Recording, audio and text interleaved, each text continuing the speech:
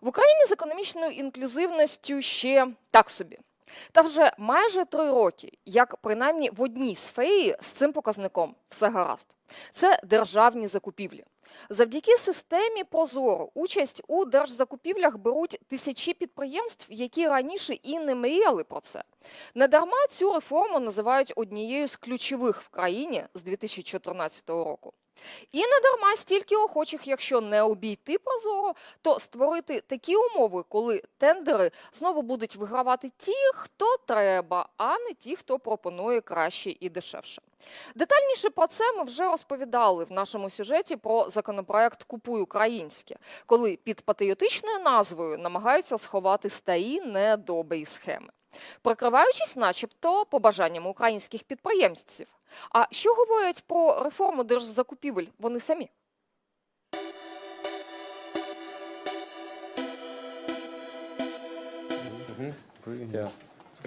Як гостя. Олександр керує компанією з виробництва металочерепиці, профнастілу та іншої продукції з металу. Минулого року вони відкрили для себе новий канал продажів – електронну систему державних закупівель ProZorro. Через неї заробили вже близько 7 мільйонів гривень. Цифры где-то в районе 7 миллионов, то, в принципе, я думаю, что это было даже, скорее всего, с половиной года, потому что мы пока еще корректировались, отбирали какие-то тендера, решались на это, идти на отсрочки. До 2016 року державні закупівлі відбувались у формі паперових тендерів. Українці звикли до корупції при витрачанні бюджетних коштів. Державні підприємства також працювали не зовсім ефективно. І це майже неможливо було проконтролювати. У держави ж немає своїх грошей. Це наші з вами гроші, це гроші платників податків.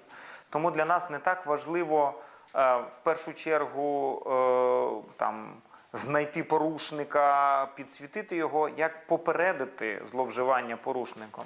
Весною 2016 року почала працювати електронна система державних закупівель ProZorro. Згодом вона майже повністю замінила паперові тендери. Сьогодні приблизно 70% замовників, які працюють через систему, це бюджетні установи. 30% – державні підприємства, які самі заробляють кошти. Спеціалісти компаній-постачальників відслідковують всі етапи тендерів. На відміну від старої системи, вони одразу бачать ціну та якість товару конкурентів. Та в разі суттєвих неспівпадінь можуть оскаржити результати. Це підвищує конкуренцію та дозволяє бюджетникам та державним компаніям економити.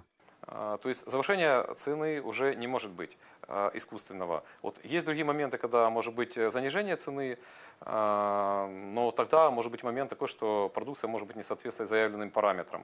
Схожі складнощі виникали в Укрзалізниці, одного з найбільших користувачів системи ProZorro. Минулого року переможці деяких тендерів по дизпаливу запропонували ціни нижче ринкових, але по факту їх все одно довелось підвищувати.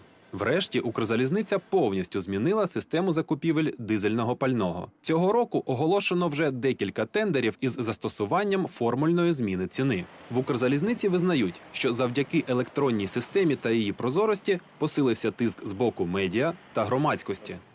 Появилося більше статей журналістів, розслідувачів або записів в якихось блогах або взагалі окремих спеціалізованих сайтів, присвячених виключно Укрзалізниці, як проходить закупівлі.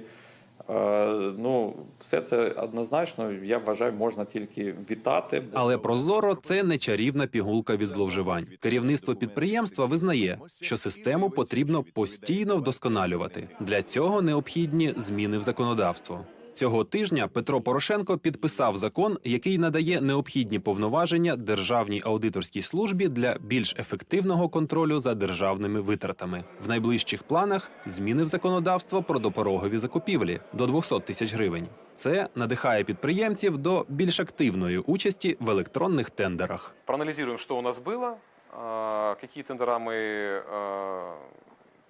побеждали, сколько нужно было туда усилий, документальных, временных. Какие-то мы у себя сделаем доработки для того, чтобы более эффективно и плодотворно работать.